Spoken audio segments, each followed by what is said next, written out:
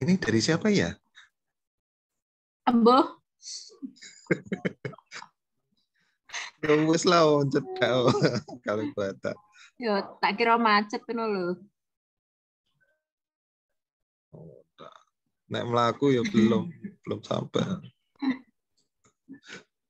Ini menuju detik kehabisan baterai nggak ya? Oh, masih. Ya, ada emakku Insa. Dina, gimana Queen Sadin? Tadi Dina sih udah. Halo Mbak. Halo, di rumah sakit ya? Iya, ini sambil nungguin anak lagi di Nebu. Ya Baru ampun. masuk. Aku nyimak ya, izin. Nggak apa-apa, monggo. Semoga cepat sembuh buat Quinsa. Amin ya Sun, Mbak. Itu ada Mas Arya ya? Ada. Iya, iya. Ya Mbak Sun ya. Sami-sami Dina. Ya.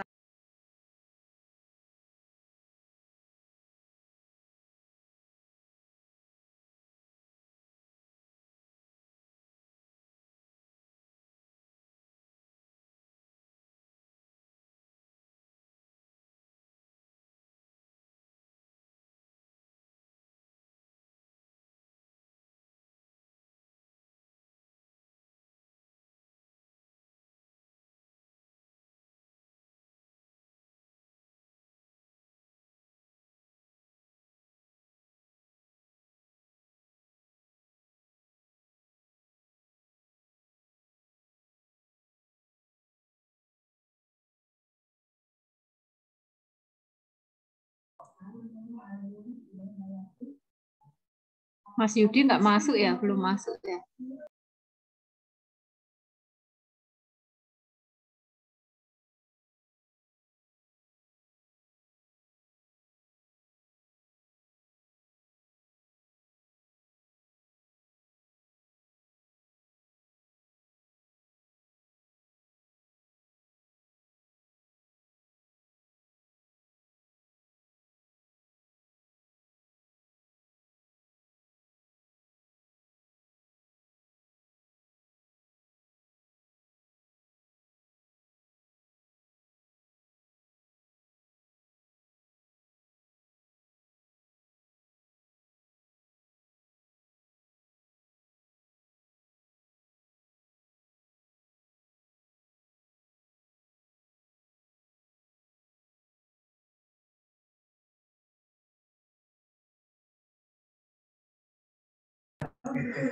Mbak Ira. Lagi di lokasi kayaknya nih. Di ruangan, Mbak. Oh, udah pulang. Tak kira itu, Mbak. Kan tiba-tiba kapan pulang? hari Jumat, Mbak. Hari Jumat sudah selesai kegiatan. Oh gitu, syukurlah. Ya. Terus Balai masih ada pelatihan lagi nggak? Sisa 2, setelah itu tidak ada lagi. Oh, tapi yang 2 tuh ini ya aman ya, nggak kena pemotongan ya? Iya, yang 2 itu setelah pemotongan. Awalnya kan ada beberapa, kita kan 22 angkatan ya. Setelah itu pemotongan sisa 9 kemarin, 9, 10, 11. Berarti setengahnya sendiri ya dipotong ya? Iya, Mbak. Sama dong. Sehat-sehat, Mbak Ria. Sehat. Sama dong. Nah, kebijakan ya, Mbak. Ya, Mas Yudi udah Mas. Mari mendukung. Mohon masukannya ya. Selamat datang Mas Yudi. Ya. Yang baru.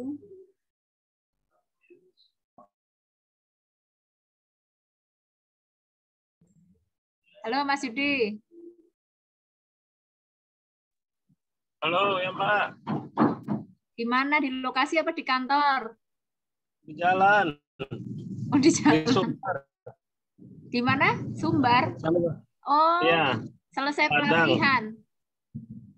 Enggak sih, lagi ada acara keluarga. Oh gitu. Maaf ya. Ya sambil nyimak-nyimak siapa tahu ya bisa kasih masukan ya. Syukur-syukur. Siap ya Mbak. Ikut Tanya aja ya Mbak. aja deh. Ya. Oh.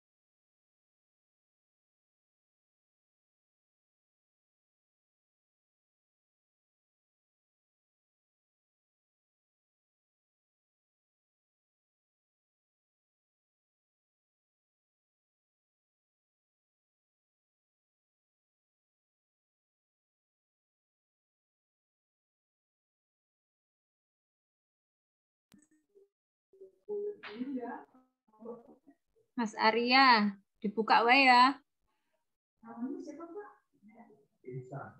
Oke, dibuka aja.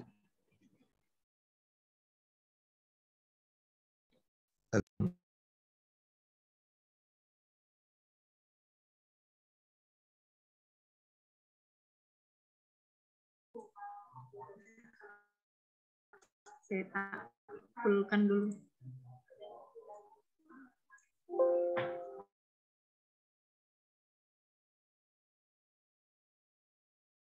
Assalamualaikum warahmatullahi wabarakatuh semua. Puji syukur kita bisa berkumpul ya meskipun baru 8 orang. Tapi sementara ini apa yang akan kita susun ini secara umum, jadi mungkin rapatnya nanti mohon izin nggak usah terlalu lama, yang penting masing-masing tahu progresnya sampai di mana, karena ini juga baru tahap-tahap penyusunan awal ya. Baik, teman-teman, sebelum lebih lanjut membahas tentang draftnya, sebelumnya kami serahkan waktu kepada Bapak Koordinator, Bapak Arya Bantar Dinarwan, untuk memberikan sepatah, dua patah, tiga patah kata, silahkan, mengenai penyusunan kebijakan teknis Peraturan Menteri Desa, penguatan kapasitas SDM desa, daerah tertinggal dan transmigrasi. Ya, silakan. Baik, terima kasih Mbak Maria. Ini sudah 3 kata. Silakan ya. Pak Arya, monggo. Jadi teman-teman, ini saya sebut aja teman-teman ya. Kalau Bapak Ibu nanti disangka katain tua, makanya saya sebut teman-teman aja. Iya. Jadi untuk bahan informasi teman-teman sekalian, jadi di grup ini adalah grup pembahasan terkait pemberdayaan masyarakat. Dalam hal ini adalah revisi dari Permendes nomor 9 2016 dengan Permendes nomor 21 2020 ya. Nah, info dari Mbak Maria yang sudah di-share ini juga, draftnya sudah di-share di grup. Jadi mungkin hari ini kita hanya membahas terkait dengan draft ini, tidak begitu mendalam karena baru kita terima ya, belum sempat kita pelajari lebih lanjut. Jadi mungkin nanti ditampilkan aja Mbak Maria terkait dengan draftnya. Kebetulan kita dibantu Bu Din, dan saya juga atas nama teman-teman juga mengucapkan terima kasih atas bantuan dari Bu Din, mempersingkat waktu kerja dari teman-teman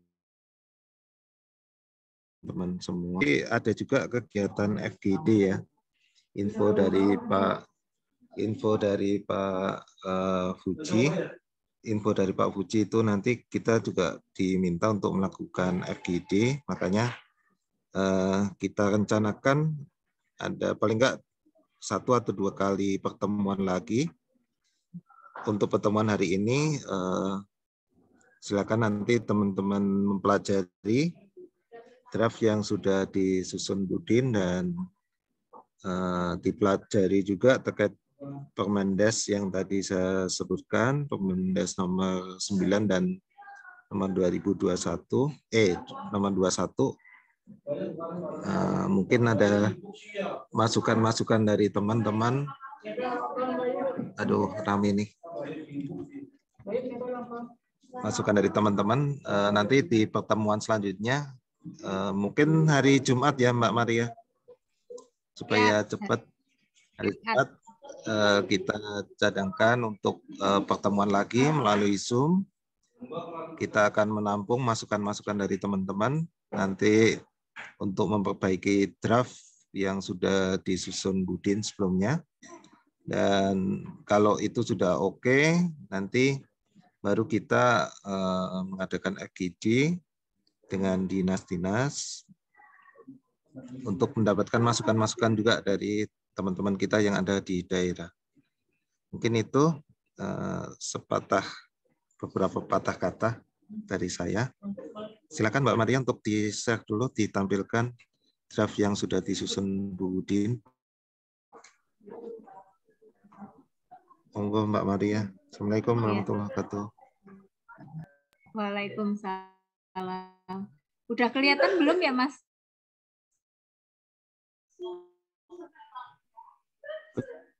Lihat Don. Lihat dari situ. Ya, terima kasih Pak Koordinator sudah memberikan sepatah dua patah kata pembukaan sebagai pengantar.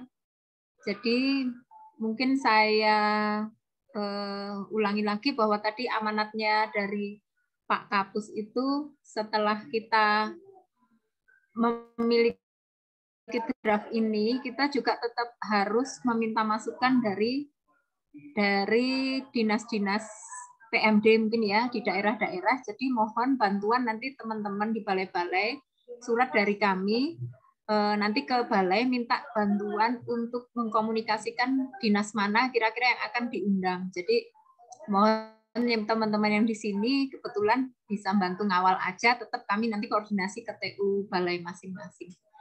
Baik, teman-teman semua, seperti yang terpampang di layar Zoom ini adalah draft yang sudah disusun oleh Bu Din sebagai tim. Memang beliau ini kenapa kita minta bantuan beliau ya karena dulu beliau ini yang ikut menyusun permen tentang pelatihan masyarakat nomornya dinamika organisasi dan juga dinamika kebijakan dan juga ada kebijakan baru, perubahan yang terjadi dalam sistem pembelajaran setelah pandemi COVID ini, maka muncullah sebetulnya memang harus diubah tuntutan permen ini untuk direvisi atau diperbaharui menjadi peraturan yang bisa mengakomodir kebijakan-kebijakan baru dan juga dinamika organisasi yang terjadi. Jadi teman-teman, karena yang Permen 9 2016 itu hanya berbicara mengenai pelatihan masyarakat, maka peraturan yang terbaru ini kita harapkan lebih luas. Tetapi meskipun nantinya lebih luas, meskipun nantinya lebih luas dari hanya sekedar membahas pelatihan masyarakat, namun juga ada penyuluhan, pendampingan.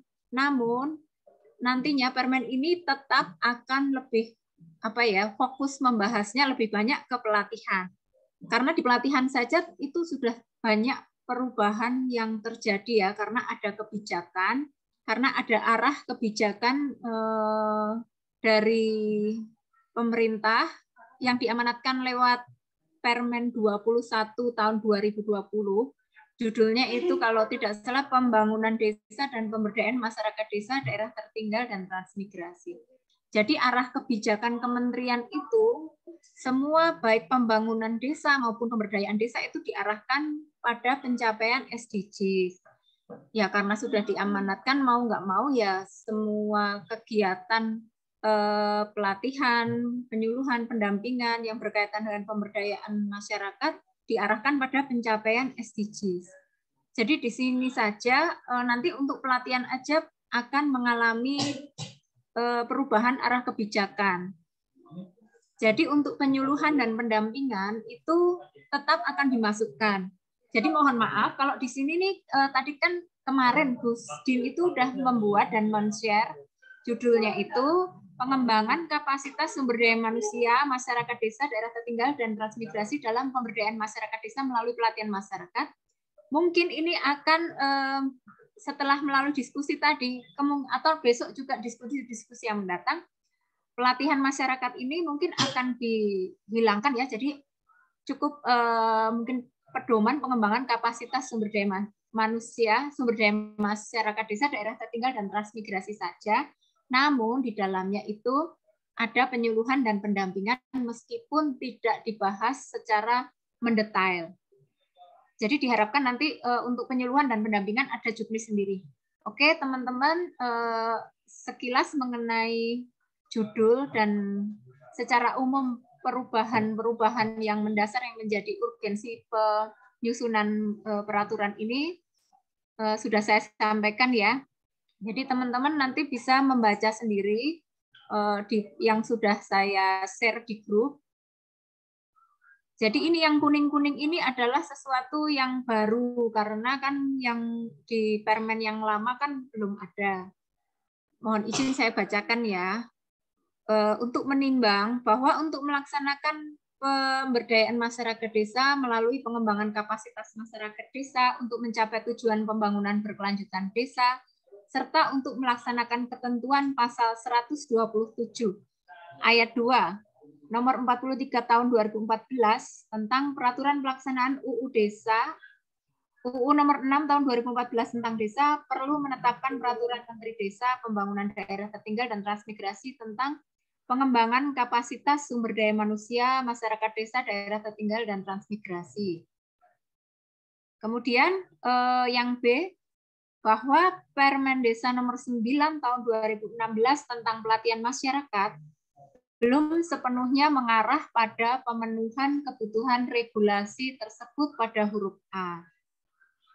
Kemudian yang C, bahwa berdasarkan pertimbangan huruf A dan B, perlu menetapkan Permendes Daerah Tertinggal dan Transmigrasi tentang pengembangan kapasitas sumber daya manusia, masyarakat desa, daerah tertinggal, dan transmigrasi. Ini masih dalam pemberdayaan masyarakat melalui pelatihan masyarakat. Mohon izin teman-teman kalau memang masih ada masukan tanggapan langsung aja nggak masalah ya. Kemudian untuk mengingat itu pasal 17 Undang-Undang Dasar Negara Republik Indonesia tahun 1945. Kemudian Undang-Undang Nomor 29 tahun 2009 tentang perubahan Undang-Undang Nomor 15 97 tentang keberlanjutannya ini selalu ada ya. Kemudian juga yang nomor 3 tentang Kementerian Negara, karena amanat di Permen 21 tahun 2020 itu pemberdayaan masyarakat itu ada tiga ya. Dan yang nomor pertama itu nggak cuma pelatihan, ternyata ada pendidikan, pelatihan, dan pembelajaran. Kemudian yang kelima, Undang-Undang Nomor 5 tahun 2014 tentang aparatur sipil negara. Mohon juga dikoreksi kalau ada yang salah. Nomor 6, Undang-Undang Nomor 6 tahun 2014 tentang desa. Nomor 7, Undang-Undang Nomor 23 tahun 2014 tentang pemerintahan daerah. Nomor 8, Peraturan Pemerintah Nomor 19 tahun 2005 tentang Standar Nasional Pendidikan. Nomor 9, Peraturan Pemerintah Nomor 3 tahun 2014 tentang pelaksanaan Undang-Undang Nomor 19 tahun 2015 tahun 2097 tentang transmigrasian. Nomor 10, PP Nomor 43 tahun 2014 tentang peraturan pelaksanaan UU Nomor 6 tahun 2014. Kemudian ada juga yang sudah perubahan-perubahan. Nah, ini untuk tata cara penulisan sebenarnya kita tadi mengundang juga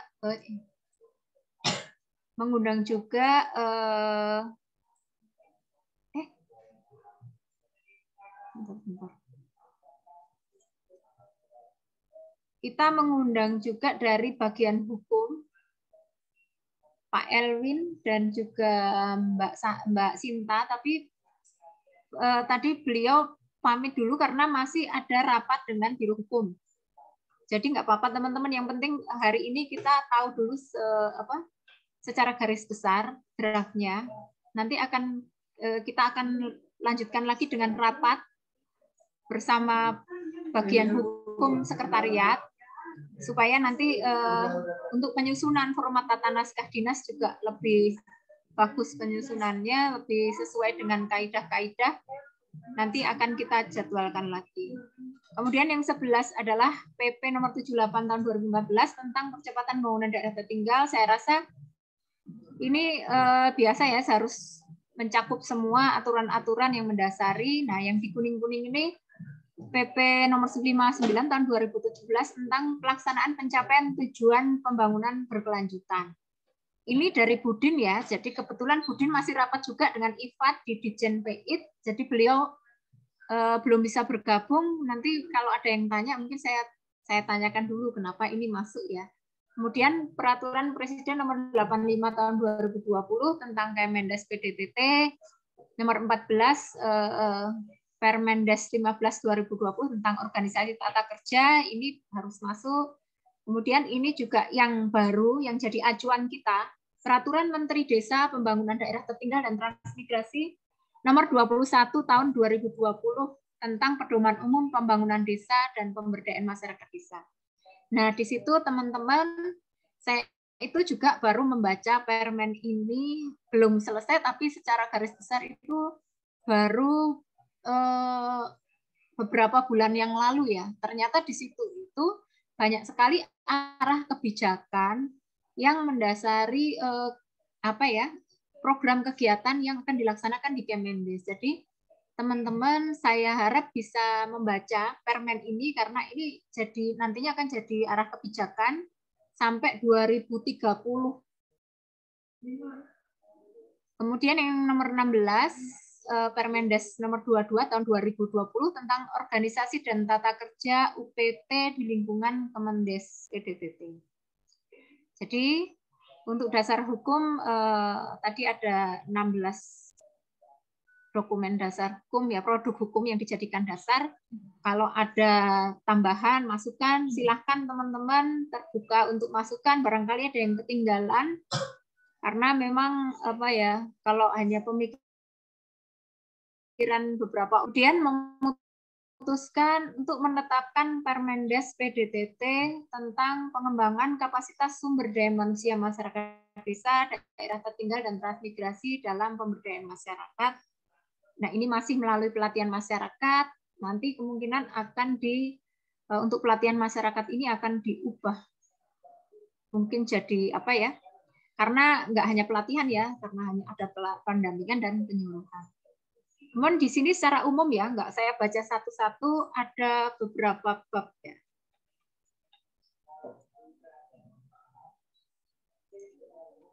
Ada 12 bab.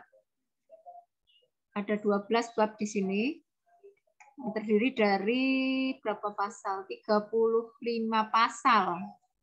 Dan yang di kuning ini adalah sesuatu yang baru, tambahan. Tapi ini nanti akan masih banyak berubah. Nanti kita akan membahas kembali setelah ini nanti diubah lagi. Karena tadi ada perubahan yang cukup mendasar, yaitu untuk pemberdayaan masyarakat itu tadi masih pelatihan. Ya, jadi teman-teman di sini bab satunya ketentuan umum biasa dimulai dengan definisi-definisi, pengertian-pengertian tentang desa, tentang pelatihan masyarakat. Ini yang tadi berkaitan dengan dasar hukum ini ya, yang baru dimasukkan tujuan pembangunan berkelanjutan. SDGs adalah 17 tujuan dengan 169 capaian yang terukur dan tenggat yang telah ditentukan oleh PBB, yang diturunkan di Indonesia juga oleh Bappenas ya. Kemudian SDGs desa adalah pelokalan SDGs ke tingkat desa yang meliputi 18 pernyataan tujuan pembangunan desa berkelanjutan. Kemudian pengertian-pengertian selanjutnya itu tentang pemberdayaan masyarakat desa, tentang pendataan desa, ini juga berkaitan dengan SDGs. Kemudian sistem informasi desa, peta jalan SDGs desa. Nah, yang nomor 9, 10 ini adalah mengakomodir sistem pembelajaran saat pandemi. Dan juga kenapa dimasukkan? Kalau yang online ini karena perkembangan dunia digital ya, mau nggak mau kita juga harus mengikuti karena ada kondisi-kondisi tertentu yang tidak memungkinkan untuk pelatihan secara offline, padahal mungkin nanti target pelatihan itu berkembang sehingga offline itu tidak memungkinkan karena mungkin secara kondisi misalnya sedang ada pandemi atau juga penganggaran yang kurang maksimal. Jadi ini sistem pembelajaran online ini yang sebelumnya tidak ada di permen sebelumnya, kita masukkan ke permen yang baru. Kemudian untuk pelatihan berbasis offline system, ini mungkin teman-teman sudah jelas ya. Kemudian yang terakhir yaitu pelatihan berbasis blended system yang sudah ada campuran ya, sudah tahu sendiri teman-teman lebih pintar daripada saya. Kemudian media komunikasi virtual adalah sarana penyampaian dan penerimaan pesan menggunakan ruang maya dan bersifat interaktif. Ini nanti mungkin terkait dengan pembelajaran mandiri, tapi saya kurang tahu ya apakah sudah terakomodir di rancangan ini. Kemudian tatap muka online, video conference, materi elektronik, peran serta masyarakat, kelompok swadaya masyarakat adalah kompetensi, adalah lembaga pelatihan pemerintah, adalah lembaga pelatihan pemerintah, adalah standarisasi pelatihan, akreditasi, sertifikasi, komite standar pelatihan, badan, Ditjen Teknis, Kementerian, Menteri adalah itu cukup banyak ya pengertian. Nanti pastinya akan ada beberapa tambahan kalau sudah berkembang. Mungkin kalau sudah ada pembelajaran jarak jauh dan sebagainya. Jadi teman-teman di sini kita akan banyak sekali membahas. Saya mohon dukungannya teman-teman. Mudah-mudahan ini permen ini bisa selesai tahun ini dengan bantuan teman-teman. Kebetulan juga karena anggaran ya udah nggak dipotong, mungkin waktunya bisa tercurah untuk penyusunan permen. Kemudian arah kebijakannya ada beberapa bagian. Yang pertama yaitu tujuan, sasaran, kaidah dan prinsip. Kemudian arah kebijakannya kepada pencapaian SDGs desa. Jadi nanti baca deh yang permen 21 itu ternyata banyak sekali di situ udah membicarakan mengenai kegiatan program pemberdayaan masyarakat. Sasaran pelatihan masyarakat ini sepertinya masih mengacu ke permen yang lama. Kemudian pasal 4 pelatihan kaidah ini, oh iya, dan teman-teman nantinya karena ada amanat permen 21 2020 ini, pemerintah desa itu harus membuat roadmap atau peta jalan SDGs itu sebagai dasar arah kebijakan pembangunan desa. Jadi nantinya, selamat datang Pak Mardi. Pak Mardi hadir secara offline. Jadi nantinya pemerintah desa itu harus bisa membuat roadmap berdasarkan permasalahan-permasalahan terkait SDGs desa. Kemudian pemerintah desa juga harus menguploadnya ke sistem informasi desa sehingga nantinya ini akan terintegrasi dan juga menjadi digitalisasi seperti itunya. Pemerintah dan masyarakat itu bisa membuat peta jalan dan juga mengupload. Nah, ini menjadi satu kebutuhan pelatihan juga. Nantinya akan mau nggak mau harus ada pelatihan mengenai penyusunan roadmap peta jalan SDGs desa dan juga pelatihan untuk inputting data ke sistem informasi desa. Ini nanti kita kerjasamakan dengan unit kerja yang membidangi seperti Pusdatin di BPI dan juga untuk roadmap dan sebagainya mungkin bisa kita kerjasamakan juga dengan unit kerja lain. Tidak menutup kemungkinan juga pemerintah daerah setempat. Kemudian saya rasa untuk penyelenggaraan masyarakat, prinsip-prinsip, bagian 12 strategi dan cakupan wilayah ini nantinya akan banyak perubahan juga karena ada perubahan arah kebijakan. Banyak banget ya teman-teman, jadi saya nggak baca satu-satu ya.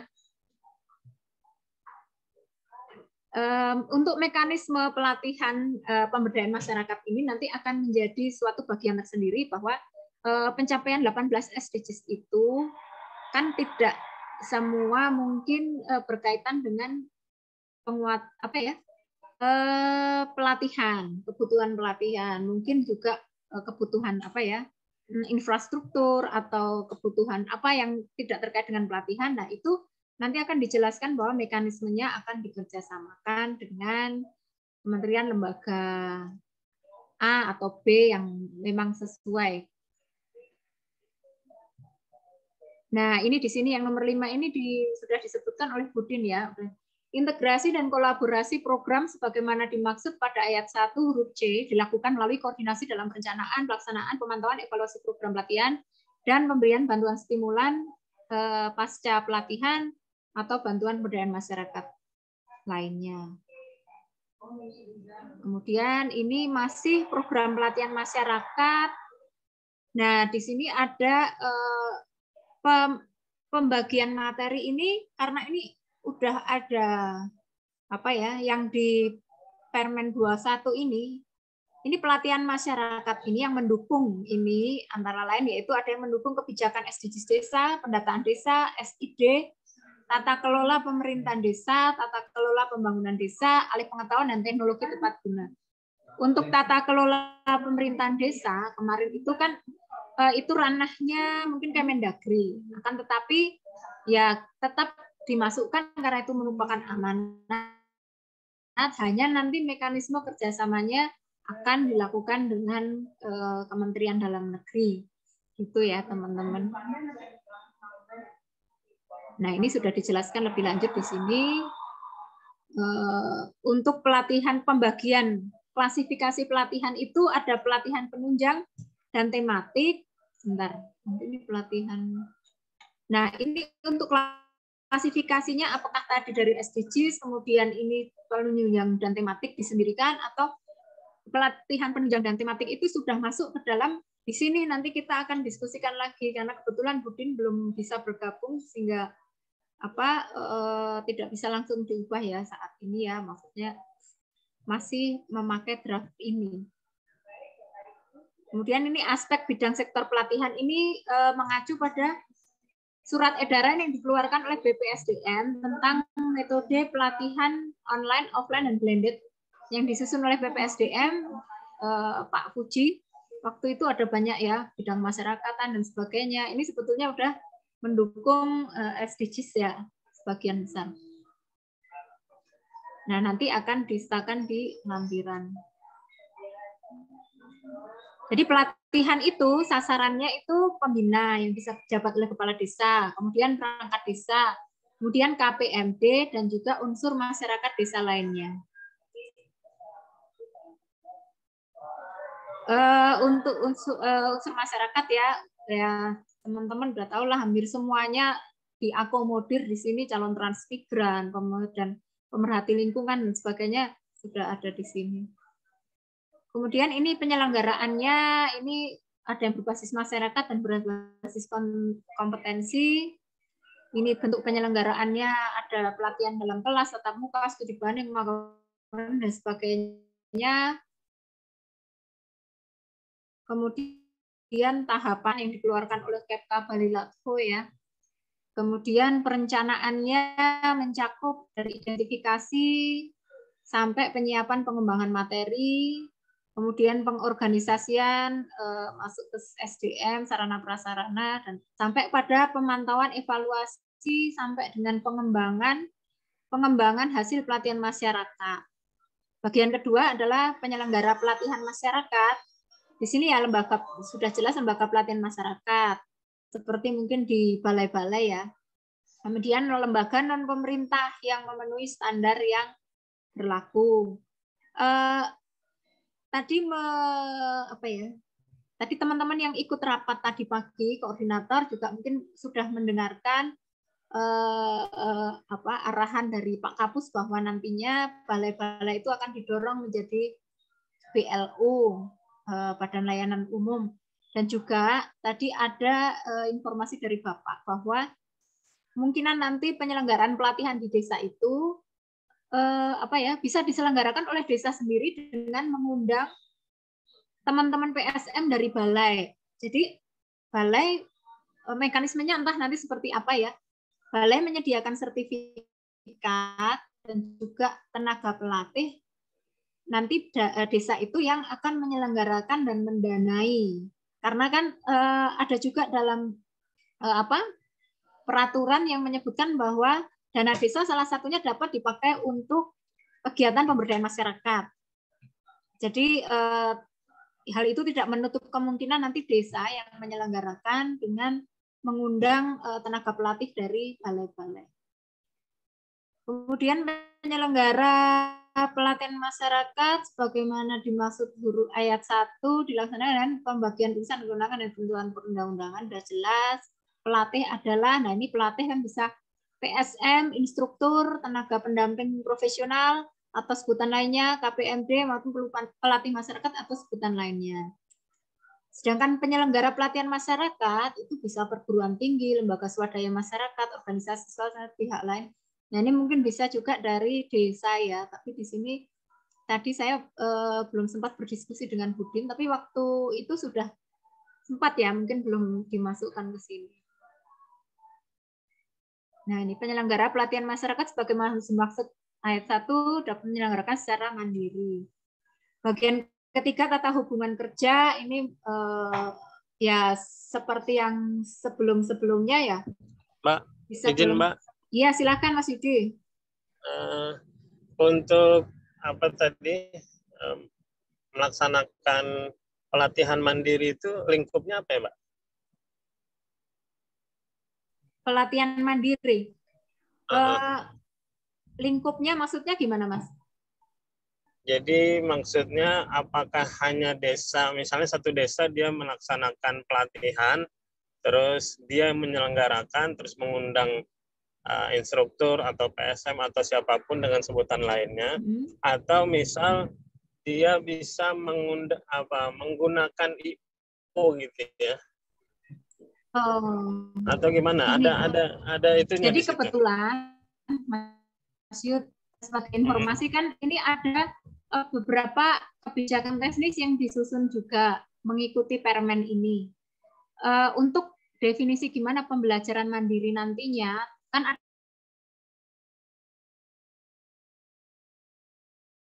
ada banyak masukan tuh. Ada juga tadi masukan learning management system. Bisa masuk dalam pembelajaran mandiri. Bisa juga yang desa tadi. Nah, kalau untuk penyelenggara IO itu ini belum diatur sebenarnya Mas Yudi. Maksudnya ini masih terbuka. Bisa juga nanti apakah mau pakai IO atau desa sendiri. Tapi kalau secara prinsip itu desa bisa menyelenggarakan dengan menggunakan dana desa. Meskipun aturan mendetail yang khusus untuk itu belum ada, tapi kan amanatnya sebenarnya boleh ya untuk melaksanakan pelatihan. Nah, untuk apakah penyelenggaranya itu boleh pakai pihak ketiga IO atau enggak, itu saya rasa terkait dengan peraturan-peraturan yang lain. Khawatirnya kalau nanti memang memakai IO itu tidak diperkenankan dalam, kan kita luas ya, banyak peraturan tuh tumpang tindih, kita juga takut. Nah nanti kalau misalnya sudah sampai kepada pembahasan juknis pelatihan mandiri, kebetulan ini Mbak Pipit ya yang menyusun, yang mengkoordinatori, ini nanti akan jadi bahan pembahasan. Gitu Mas Yudi. Oke, itu satu hal ya Mbak, misalnya pakai IO. Terus ada pengalaman kami di sini di Pekanbaru, itu dia ada BKK, Bankeu ya, Bantuan Keuangan Provinsi. Jadi salah satu bantuan keuangan provinsi itu, misalnya anggaplah 100 juta per desa.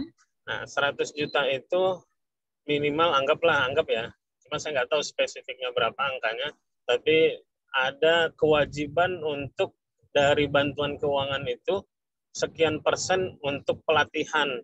Nah, akhirnya setiap setiap desa itu berkumpul jadi satu melalui forum BKAD. Jadi BKAD yang melaksanakan kegiatan pelatihan itu. BKAD itu apa Mas? Nah, jadi halo, BKAD itu apa? Halo? Badan Kerjasama Antar Desa. Ya. Jadi maksudnya antar desa itu Ya, yang jadi penyelenggaranya. Ya, oke. Lanjut, Mas. ya itu kan tadi kan satu hal adalah IO. Jadi misalnya dulu waktu pengalaman di Banjarmasin ada juga waktu itu satu kecamatan minta untuk pelatihan, cuma dia pengen yang bisa mengeluarkan apa namanya, mengeluarkan bukti. Kalau balai kan nggak bisa mengeluarkan bukti. Nah, jadi di hire lah IO gitu ya untuk untuk memfasilitasi kegiatan mereka di Banjarmasin ceritanya gitu. Nah, itu tadi ya kalau yang pakai IO, apakah nanti diperkenankan seperti itu karena di IO sendiri otomatis dia akan ada apa ya, manajemen fee gitu ya untuk pelaksanaan kegiatan pelatihan. Nah, di situ dana desa nggak seberapa, tapi ada manajemen fee itu kan yang nanti akan jadi apa namanya, catatan tersendiri gitu nanti saat di apa namanya, berkaitan dengan pelaporan keuangan Sesquides mereka di desa gitu dengan teman-teman di inspektorat kabupaten. Nah, itu yang perlu di apa namanya, perlu didudukkan pelatihan mandiri itu sampai sejauh mana sehingga nanti jadi rambu-rambu untuk teman-teman inspektorat kabupaten itu, oh ini diperkenankan menggunakan dana desa gitu. Gambarannya Mbak. Oke. Siap. Makasih banyak Mas. Memang harus agak lebih spesifik. Kenapa? Karena kaitannya nanti kan masalah keuangan ya. Soalnya teman-teman yang saya pahami, teman-teman inspektorat di kabupaten, auditornya itu, dia kan nggak secara memahami secara utuh apa itu undang-undang desa dan ruh undang-undang desa kan gitu ya. Nah, jadi kadang apa yang tertulis aja di dalam peraturan, kalau nggak tertulis di dalam peraturan, nah dianggap nanti akan ditanyain terus teman-teman kepala desa gitu. Ini nggak ada aturannya, dari mana ininya apa namanya dasarnya melaksanakan kegiatan pelatihan mandiri misalnya dengan IO, kalau di peraturan kita yang kita buat itu nanti ke depan itu nggak ada rule-nya, nggak ada mekanismenya dan seterusnya. Karena biasanya kalau kita berkacamata auditor kita, misal mungkin dia sudah paham gitu ya, tapi kalau di kabupaten kan kadang-kadang orangnya saklek gitu ya. Jadi apa yang tertulis itu yang jadi acuan. Kalau nggak tertulis berarti bisa dipertanyakan bahwasannya ada indikasi hal-hal yang tidak diperkenankan. Gitu Mbak. Itu buat ini aja sih brainstorming. Siap. Oke Mbak. Makasih banyak Mas Yudi.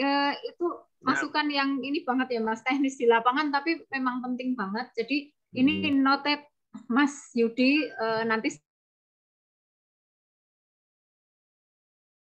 umum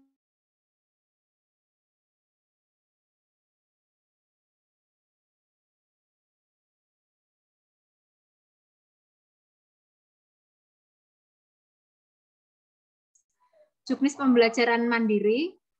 Kebetulan Mbak Pipit nih koordinatornya ada, tapi Mbak Pipit sambil ini ya juga mengerjakan, sedang sibuk juga. Mudah-mudahan mendengar Mbak Pipit nanti jadi bahan masukan seperti apa mekanismenya sehingga bisa menjadi salah satu poin dalam juknis pembelajaran mandiri.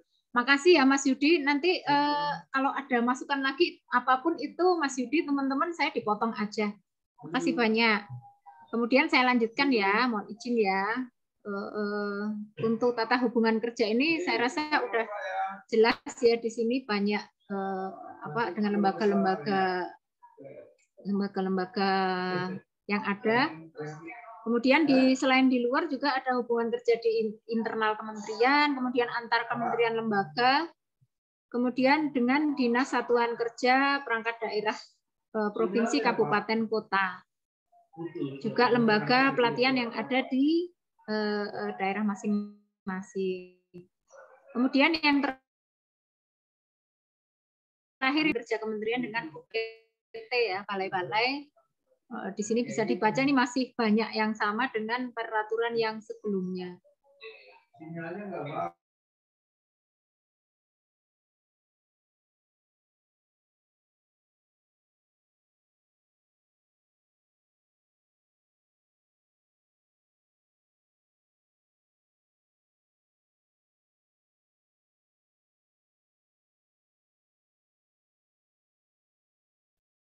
Oke, teman-teman, untuk yang bab 5 itu tentang penjaminan dan pengendalian mutu pelatihan masyarakat melalui standarisasi, akreditasi lembaga, sertifikasi, dan evaluasi. Ini masih sama dengan Permen sebelumnya. Nah, untuk akreditasi lembaga, standarisasi sudah ada standar, buku standar itu. Kemudian evaluasi kinerja juga sudah kita keluarkan, tapi untuk akreditasi lembaga ini selama ini belum dilaksanakan ya, belum disusun karena ya mungkin karena keterbatasan waktu, program, anggaran dan sebagainya. Sebetulnya di Permen sebelumnya itu tahun 2016 itu sudah diamanatkan pembentukan komite standar pelatihan.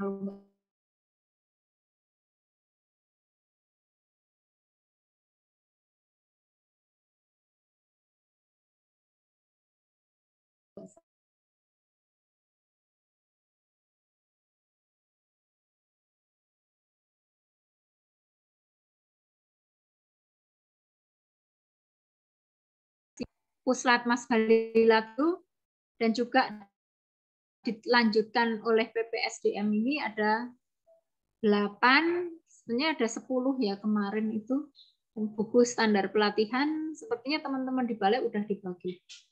Kemudian standar kompetensi, ini untuk standar pelatihan ya, sedangkan kompetensi yang dimaksud pada ayat sebelumnya itu ada 3 jenis, yaitu standar kompetensi kerja nasional Indonesia, standar khusus, dan atau standar internasional.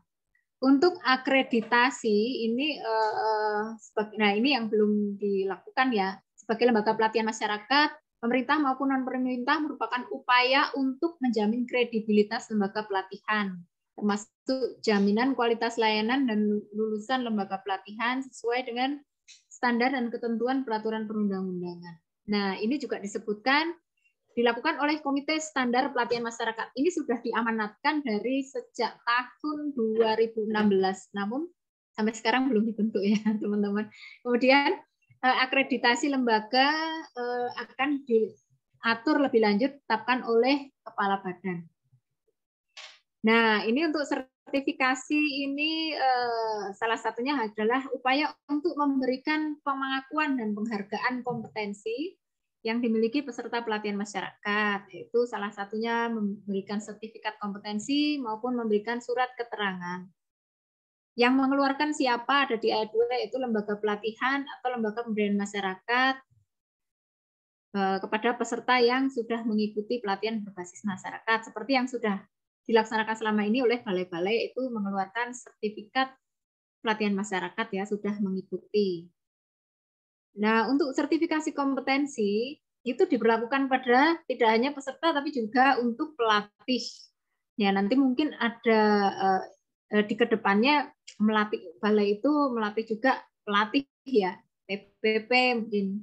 Sehingga ada tetap kita sebagai kementerian, balai-balai sebagai unit pelaksana teknis kementerian itu tetap kita memegang kendali terhadap proses pemberdayaan di masyarakat, meskipun juga dibantu oleh TPP, namun juga TPP itu akan dilatih juga oleh balai-balai sebagai unit pelaksana teknis di daerah-daerah yang merupakan kepanjangan Kemendes. Kemudian sertifikasi kompetensi diberikan pada peserta yang mengikuti uji kompetensi dan dinyatakan lulus. Nah, ini untuk jenis pelatihan tertentu aja ya, mungkin yang bisa diberikan sertifikat kompetensi. Kemudian evaluasi dilaksanakan terhadap aspek penerapan standar pelatihan masyarakat oleh penyelenggara pelatihan masyarakat. Ini sudah kita lakukan, namun belum semua balai ya, karena kemarin dipotong anggarannya. Kita sudah ke Balai Makassar, ke Balai Banjarmasin, dan juga mana ya, Pekanbaru ya. Jadi kemarin tuh rencana mau ke Denpasar, Bengkulu juga, dan yang lainnya akan kita laksanakan nanti selanjutnya karena udah tidak karena ada pemotongan anggaran, nanti kita laksanakan secara daring ya, online. Nanti akan kita sosialisasikan juga juknis yang sudah disusun. Kemudian yang kedua, Nah, itu bisa dilaksanakan juga pada lembaga pelatihan pemerintah daerah dan non-pemerintah yang menyelenggarakan pelatihan masyarakat. Tapi ya karena itu juga yang dalam kementerian aja belum semua dilakukan evaluasi, ya, apalagi yang bukan kementerian ya, yang daerah atau yang non pemerintah. Nah, ini evaluasi ini nantinya akan dilaksanakan oleh Komite Standar Pelatihan Masyarakat. Kebijakannya nanti akan ditetapkan, kebijakan tentang penjaminan dan pengendalian itu ditetapkan oleh kepala badan. Nah, ini Komite Standar Pelatihan bisa dibaca sendiri ya teman-teman, nantinya seperti apa di tingkat pusat, provinsi, kabupaten, dan kota, ini sudah jelas di situ. Kemudian peran serta masyarakat, di situ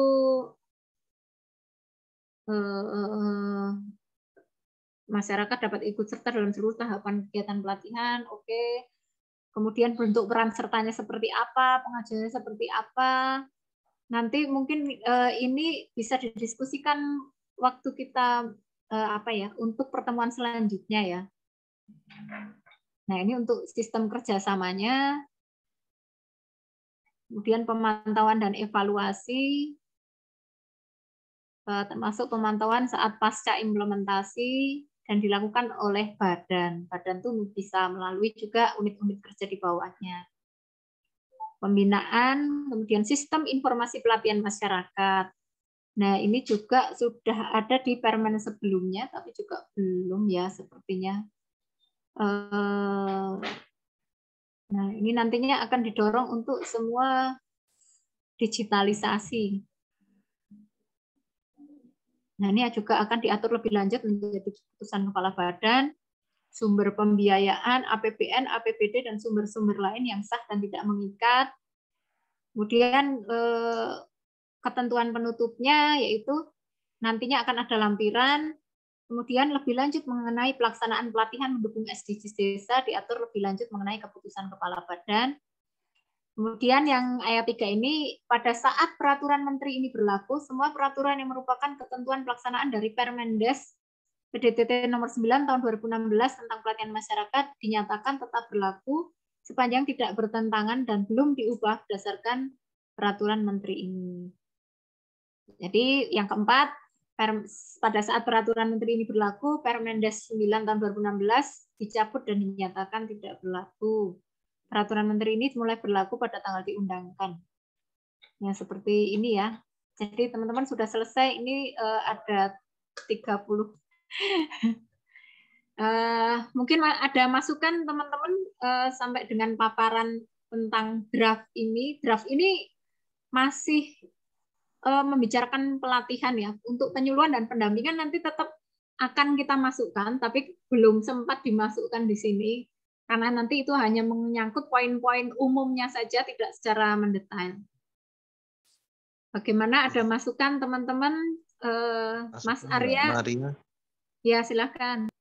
Iya, ini untuk kita ketahui bersama ya, karena ini tugas bersama untuk menyusun revisi Permendes nomor 9 2016 dan untuk mendukung Permendes 21 2020. Nah, tadi benar apa yang disampaikan Mas Yudi.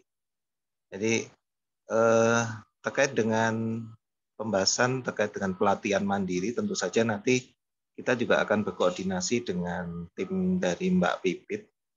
Terus karena ini tidak hanya permen yang kita buat ini tidak hanya menyangkut terkait pelatihan, tapi juga penyuluhan. Tadi kalau nggak salah saat di rapat, untuk penyuluhan lebih diutamakan ke arah sosialisasi kebijakan dari pemerintah, dari kementerian kita, Kementerian Desa, yang berkaitan mungkin contohnya terkait dengan BUMDes, terkait dengan pelatihan mandiri, nanti mungkin saja bisa seperti itu. Sebagai bayangan kalau pelatihan mandiri juga, saya juga kepikiran kalau hanya mengandalkan asal dari dana desa tentu saja akan terbatas ya. Jadi bisa jadi pemerintah desa nanti perlu kreatif untuk mencari sumber-sumber masukan-masukan anggaran untuk peningkatan kapasitas SDM yang ada di desanya. Dan tentu saja ada berbagai macam sumber yang bisa dimanfaatkan untuk peningkatan kapasitas SDM, dan itu tentu saja perlu dibahas di nanti di juknisnya ya, di juknisnya. Tapi di Permen ini juga perlu kita bahas meskipun tidak secara mendalam. Nah, terkait dengan tadi desa bisa menyelenggarakan kegiatan pelatihan menggunakan dana desa atau sumber-sumber lain, tentu saja kita juga punya PR. Kita punya PR untuk bagaimana desa itu bisa memahami struktur-struktur pembiayaan di dalam pelatihan. Nah, itu tentu saja juga jalannya adalah dengan cara sosialisasi terkait dengan pembiayaan pelatihan melalui penyuluhan nantinya. Nah, itu baru pelatihan dan penyuluhan. Belum ke pembinaan juga perlu kita, pendampingannya, perlu kita masukkan juga di aturan ini. Jadi, kalau dikatakan Permen ini susah, kalau kita bikin mudah itu akan mudah nanti. Jadi nggak perlu dipikir terlalu jelimet. Yang penting siapa nanti yang membaca itu akan paham dan aplikasinya di lapangan itu mudah. Yang kalau harapan saya menyusun modul bersama teman-teman nanti outputnya seperti itu. Yang sampai nanti multi persepsi dan di lapangan nanti nggak bisa dilaksanakan, banyak masalah. Itu yang perlu kita hindari. Dan itu tadi kita perlu ada beberapa pertemuan-pertemuan dan kita minta peran aktif dari teman-teman untuk memberikan masukan. Kalau di sini terkait dengan pelatihan, masih ada masukan-masukan terkait dengan pelatihan, kemudian kegiatan penyuluhan dan pendampingan. Tentu saja kita masih memerlukan beberapa kali pertemuan, dan mungkin FGD-nya nanti juga ya Mbak Maria, jangan terlalu tergesa-gesa. Kalau targetnya 1 bulan lebih kan kita masih nyantai nih. Lebih baik kita soalnya tuh ini Mas, Bapak kan terkait ininya ya. Mungkin kita laksanakan FGD-nya minggu depan. Tapi nanti kita itu FGD itu sebagai bahan masukan untuk penyusunan juga soalnya. Iya. Jadi kalau bisa sih, tadinya kan minggu ini ya, tapi ya udah diundur lah karena mungkin minggu ini belum siap kayaknya draftnya. Yang penting teman-teman selaku penyusun itu memberikan masukan dulu, dan kita perlu memahami dulu apa yang kita susun ini, baru nanti ke FGD. Dan sampai kita belum tahu isinya terus FGD kan repot, nanti ditanyain macam-macam, agak repot nanti kalau nggak paham. Ya, siap. Mungkin itu Mbak Maria. Ya, makasih Mas Arya. Dari teman-teman mungkin ada masukan? Dari Ibu Ira, ada masukan? Mas Yudi? Pak Mardi ada masukan, Pak? Udah masuk semua. Udah masuk semua. Makanya ini Pak Mardi ada di samping saya ya, tidak membukain tapi ikut rapat, ikut menyimak. Jadi teman-teman, berdasarkan apa yang sudah sampaikan juga oleh Mas Arya tadi, bahwa memang kita akan melakukan FGD ini kalau memang draftnya itu kita juga masih bingung. Itu kalau misalnya orang di daerah dari Pemda bertanya itu setidaknya kita sudah punya konsep ya. Jadi saya harap teman-teman semua anggota tim kerja ini setidaknya secara garis besar mengetahui, meskipun kita tidak bisa bertemu secara offline semua, namun karena keterbatasan juga ya, keterbatasan waktu, biaya, dan juga teman-teman ini banyak kegiatan lain, tapi setidaknya secara garis besar itu mengetahui apa urgensi disusunnya peraturan Menteri Desa yang baru sebagai pengganti atau merubah dari peraturan 9 tahun 2016. Baik, teman-teman, mungkin masih ada masukan? Mas Yudi, ada masukan lagi nggak? Lagi di jalan nih Mas Yudi.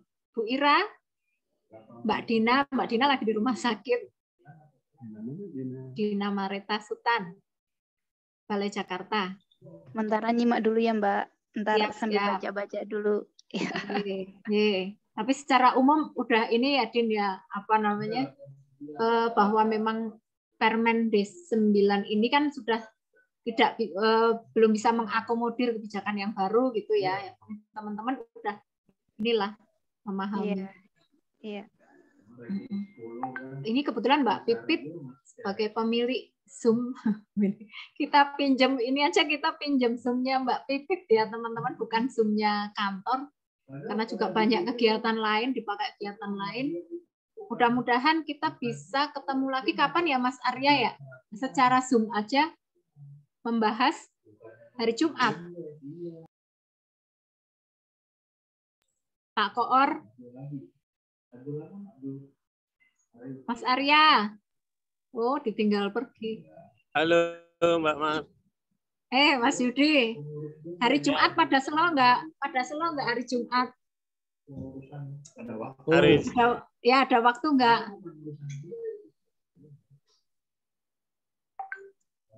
Mbak Maria, saya boleh yang saya pernah temui itu di Permendes 9 tentang pelatihan masyarakat. Itu lingkup pelatihan masyarakat adalah kalau nggak salah waktu itu Catran ya, Catran dan tidak berbicara kalau nggak salah ya, atau tidak spesifik kepada masyarakat warga transmigrasi gitu ya. Jadi maksudnya gini Mbak, pelatihan yang disentuh waktu Permendes 9 itu kalau nggak salah ya, saya ingat kita cuma bisa pada balai ini kan konteks kita berbicara Permendes 9 yang yang menaungi kegiatan pelatihan di balai waktu itu kalau nggak salah ya. Nah, waktu itu lingkupnya adalah kegiatan pelatihan Catrans, sedangkan pelatihan pembinaan warga transmigrasi gitu ya, warga trans itu tidak terlingkup di dalam Permendes 9 kalau nggak salah ini. Pembinaan atau pelatihannya? Pelatihannya. Coba nanti dicek lagi. Ada nggak Mbak ya? Jadi kalau memungkinkan gitu ya. Jadi kalau tadi kan saya dengar pelatihan Catran gitu ya. Nah, sedangkan untuk masyarakat transmigran yang sudah ditempatkan itu kan juga menjadi sasaran dan lokus kita sebenarnya ya. Atau menjadi lokus pada Permendes ini gitu. Karena biasanya warga yang penempatan baru gitu ya, yang dia sudah dilatih Catran, calon transmigran, terus dia penempatan setahun, 2 tahun gitu ya, itu masih menginduk kepada desa induk dia biasanya kan. Nah, untuk desa induk biasanya dia tidak diprioritaskan untuk kegiatan-kegiatan peningkatan kapasitas SDM. Nah, jadi mungkin nggak nanti ini teknis juga sih tadi ya. Jadi secara spesifik juga disebutkan tidak hanya masyarakat tapi juga ada lingkup masyarakat warga transmigrasi di situ gitu Mbak. Karena memang gini Mbak, aktualnya di lapangan itu kita sering ketemu itu masyarakat. Misalnya dia desa induk ya, desa misalnya namanya desa A, ada 1 SP di situ atau 2 SP di situ. Nah, jadi si kepala desanya itu tidak merekomendasikan warga-warga yang di SP1 atau di SP2 itu untuk ikutin pelatihan. Kenapa? Karena ya itu kan bukan masyarakat gue gitu ceritanya. Jadi kadang sentimen di lapangan itu juga juga apa ya terjadi. Nah, itu yang coba bisa nggak ya dicairkan dalam Permendes yang nanti akan diterbitkan itu. Jadi ya warga masyarakat desa itu kan, warga Tran itu bagian dari masyarakat desa. Cuma masalahnya dia masih dibina, satu. Yang kedua, secara apa ya? Secara psikologi dia tidak terlalu dekat dengan desa induk gitu ya. Aparatur desa yang ada di desa induknya. Jadi bisa nggak ya nanti secara spesifik itu ada ya apa ya, ada klausul atau ada frasa yang menyatakan pembinaan itu juga termasuk warga transmigrasi yang berada di daerah tersebut, di lokasi walaupun dia masih dalam kondisi atau status warga trans yang masih dibina gitu, yang belum dilepas. Oke, masih ada Mas Yudi? Oke, makasih Mas Yudi masukannya. Ini saya jadi penasaran nih, makanya saya buka Permen 9 tahun 2016. Ini sebetulnya di Permendes 9 2016 ini Mas Yudi, di pasal 7 ini sasarannya termasuk masyarakat transmigrasi. Jadi sudah jelas bahwa calon transmigran maupun masyarakat transmigrasi itu tidak ada bedanya dengan tokoh masyarakat desa yang menjadi sasaran pelatihan. Hanya mungkin pada implementasinya, karena kemarin ada kebijakan menteri-menteri sebelumnya mungkin lebih banyak kepada pelatihan-pelatihan tertentu, sehingga pelatihan transmigran ini kurang mendapat porsi yang cukup gitu ya Mas Yudi. Kalau di sini yang sudah saya share ini sebetulnya ini di Permen 9 tahun 2016. Jadi di sini sudah ada memang calon transmigrasi dan masyarakat transmigrasi. Mungkin memang implementasi di lapangan memang masih kurang mendapatkan pelatihan. Juga mungkin Pak Mardi bisa menyampaikan juga pengalaman waktu di balai Pak, seperti apa? Sudah cukup. Untuk terima kasih Yud. Bagus idenya. Ya. Tapi secara ini sebenarnya di Permen 9 juga kalau secara de jure-nya sih sebenarnya sudah ada sama gitu dengan Catran, dengan warga desa lain sebenarnya sama. Cuma tadi psikologis di lapangan dan kadang-kadang juga namanya warga trans banyak hambatannya. Misalnya pertama dari segi kuota, kadang-kadang per satu angkatannya itu tidak sama dengan kuota-kuota yang lain. Sehingga itu juga dengan biaya terbatas, itu juga kadang-kadang menjadi salah satu kesulitan kita. Karena kan kadang-kadang cuma 15 orang, 25 orang paling banyak. Nah itu kan harganya sementara sama dengan 30 orang. Nah sementara ikut kita itu tetap, bahkan sementara anggaran dikurangi, ikutnya juga tetap. Jadi secara regulasi sebenarnya sudah tercakup Kang Yudi. Cuma memang implementasi di lapangan yang kadang-kadang kurang mendapat porsi perhatian yang semestinya. Itu aja kali. Ya, makasih banyak. Siap, Pak Kapus. Ya, Pak Kapus PPJS sudah bersabda, sudah ya, sudah memberikan masukan yang berdasarkan pengalamannya. Memang beliau ini memang pengalamannya banyak di lapangan, seperti teman-teman yang di sini dari balai-balai. Kalau saya mah hanya rumahan.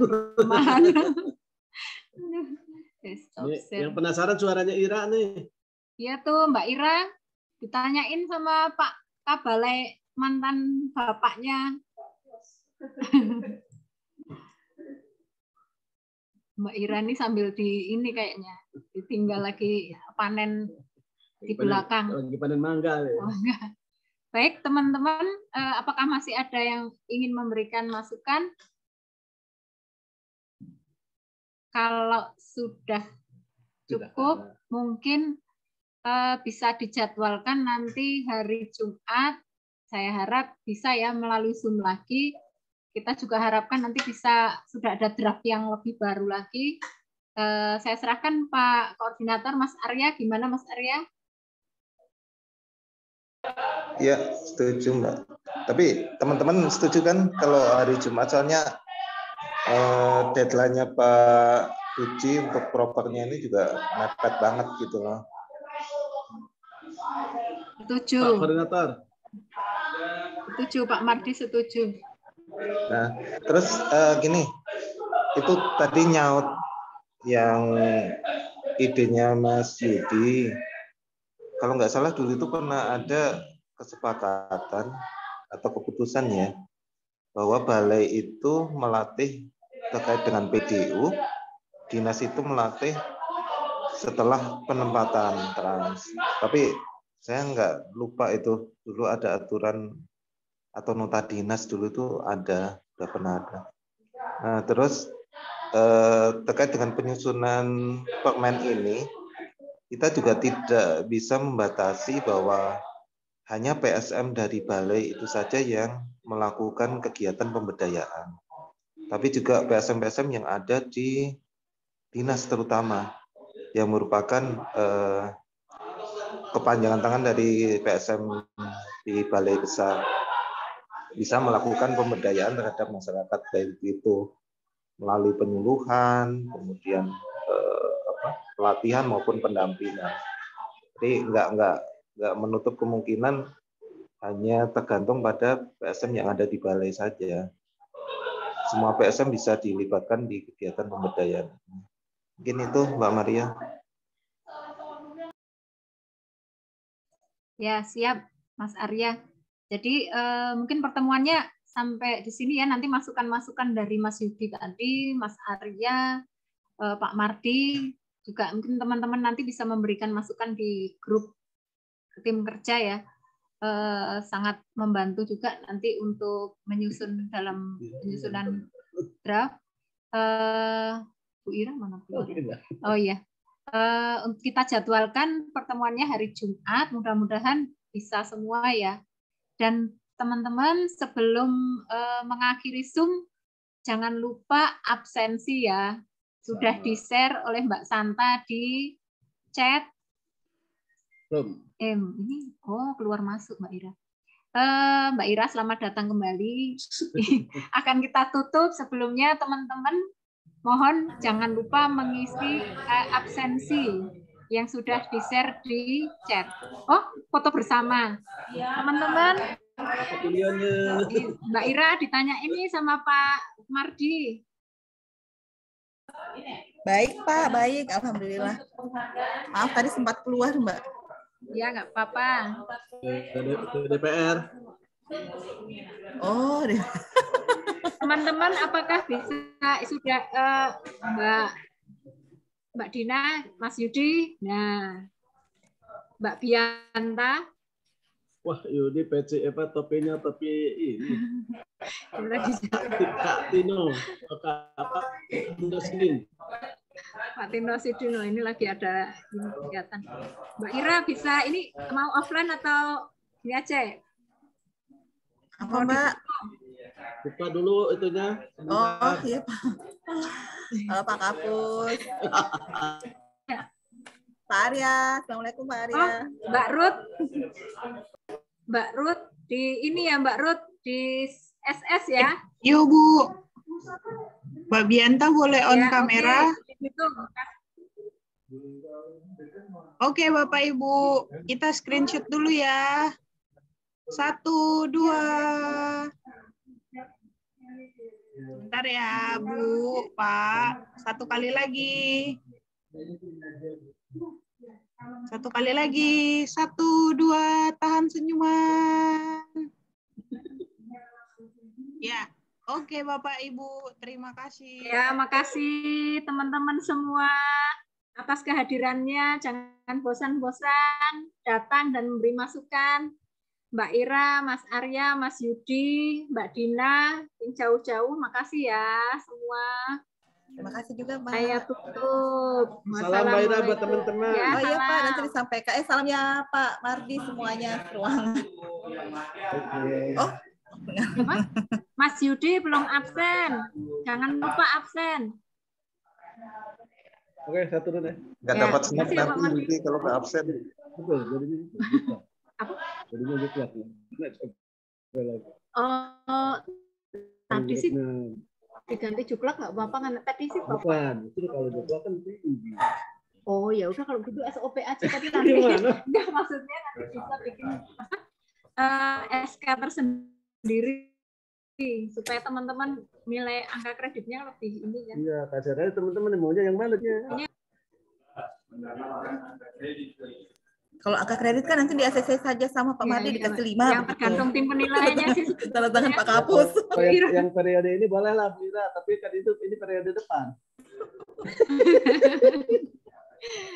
Ya, baik teman-teman, saya akhiri ya. Wassalamualaikum warahmatullahi wabarakatuh. Terima kasih atas kehadirannya. Salam sehat, selamat berjumpa kembali hari Jumat mendatang. Terima kasih Mbak Ria. Sehat, izin live. Assalamualaikum. Waalaikumsalam.